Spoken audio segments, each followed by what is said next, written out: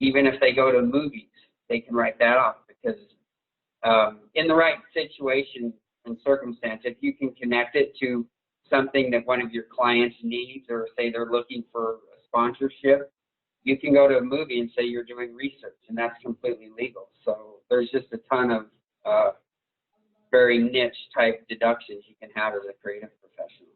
Yeah, excellent.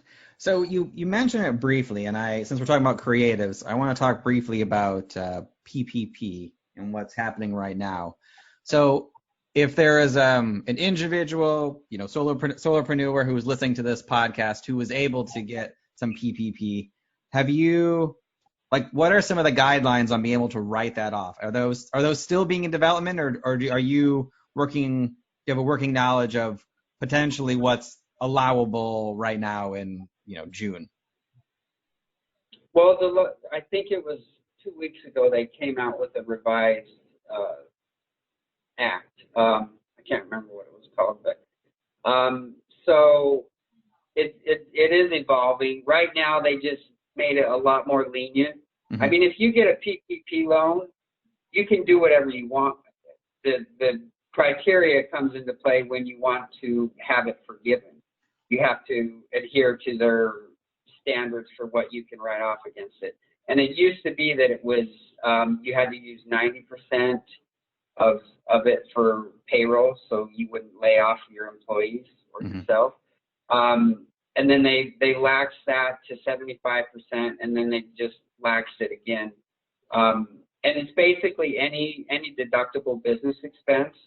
You can't use it to pay down debt, obviously. You can't use it to take out a draw for yourself to live off of and use it for personal expenses. But they've pretty much made it so as long as you don't lay off any employees, and a lot of solopreneurs don't have that problem because they don't have employees, but depending on how they're structured, they can be considered their own employees. So as long as there's no layoffs, at this point, you can pretty much use it for any normal deductible business expense. For like creatives, they can use it for, if they have a home office, they can spend part of it on their rent. So, yeah. A lot of my clientele I've kind of been telling to, as opposed to getting the PPP loan, which is, like I say, it's kind of dubious in what it's going to end up being, I tell them to apply for unemployment, because even if you're still earning occasional money, sometimes you can still qualify for the pandemic unemployment program. So that's usually the best option for solopreneur types. Sure. Could you explain a little bit more about the pandemic unemployment program and what that entails? Well, that's a federally government-sponsored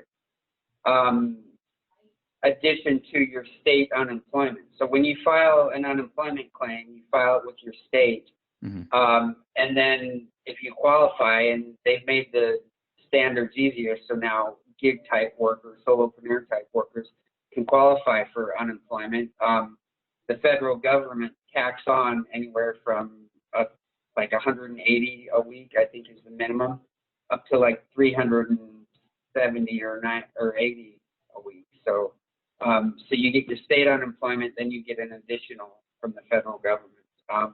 So that's really the best option for most independent contractors, I think. Yeah. I mean, that definitely sounds really interesting. And you just apply through your normal state unemployment agency. I know a lot of them are backed up right now. In Nevada, it's been 3 months, and some of our clients haven't even gotten their unemployment yet. So they're completely backed up, but they'll eventually get caught up. So mm-hmm. I would recommend trying that first. Yeah. Oh, excellent. Well, this is good. So if the, I guess, listeners would like to sign up and listen to more and to use your services, where could you just go over the process again? I know I've mentioned it a couple of times, but is there like the website or their number they should call, or how does that work? Yeah, you could just go to gettaxhub.com, and then we have a free 5-minute CPA chat where anybody, there's a link on the homepage, just click it, you can schedule a call and talk with myself or one of the other CPAs for 5 minutes and get whatever you want answered. It's just a small, quick question that can be answered quickly.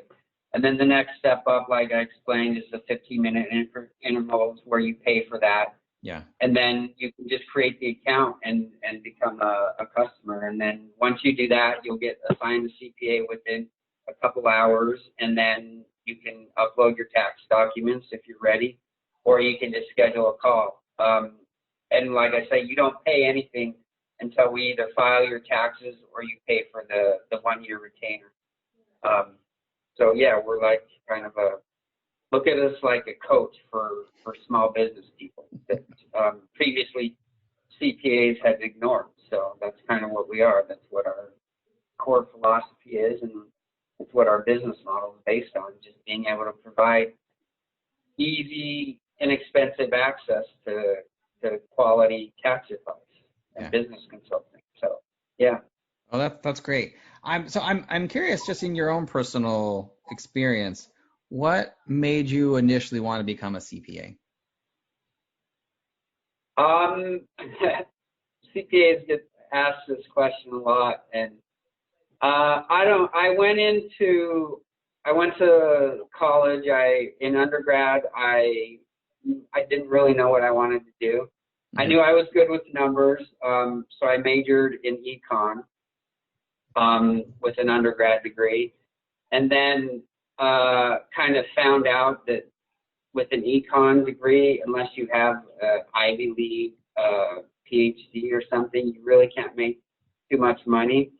So then I started looking at other alternatives, and with an econ background, econ is like the nature of money, and accounting is the language of money. Mm. So I went to grad school and figured if I knew the nature of money with econ and then accounting the language of money, I could either go into business for myself or just go through the traditional CPA route where you worked in public accounting and then ended up working for a corporation, which is what I did for the first probably 12 years of my career.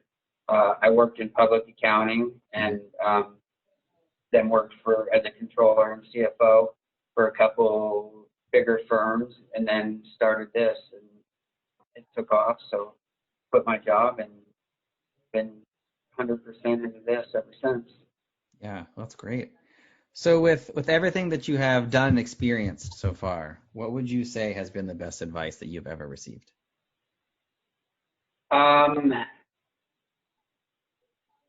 The best advice probably is just to work hard, and if you do that, opportunities will present themselves to you. I know it's kind of cliche, but it's really true. I mean, I work with hundreds of solopreneurs, and I can see the ones that succeed, and I can see the ones that aren't succeeding.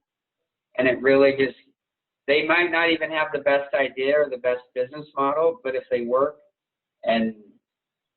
hard, opportunities will just present themselves, and they can pivot and find whatever they need to do. But it all comes from one core practice, which is just hard work and not giving up. I hate to say a cliche, but I see it all the time with the clients I work with. So yeah. Yeah. Well, that's great. Well, George, again, thank you so much for taking the time to chat with me. I really appreciate it. And I recommend to my listeners, if they're still need to get their taxes done, there's still time, and they should take advantage now and go to your service, which is gettaxhub.com. Is there anything else, like other online resources they should be looking at to get more information from you, or is Get Tax Hub best place to go? That's you can just go to the website. You can get in touch with us a number of different ways, and once you do that, we'll help you out for sure. So yeah, okay. Go to the website. Perfect. I'll put a link in the show notes so they can click right through. But again, thank you, George. This was absolutely fantastic. Great. Thank you for having me. Thank you for listening to another episode of the Advance Your R podcast. If you like this episode, please go into iTunes and give us a 5-star rating. And while you're there, hit the subscribe button so that every single time I release a new episode, it will go directly to you without even thinking about it. If you're interested in hearing older episodes, please go to advanceyourart.com where you can find the catalog of everything I've done so far, as well as contact information and projects I'm working on. Thank you again, and have a great day.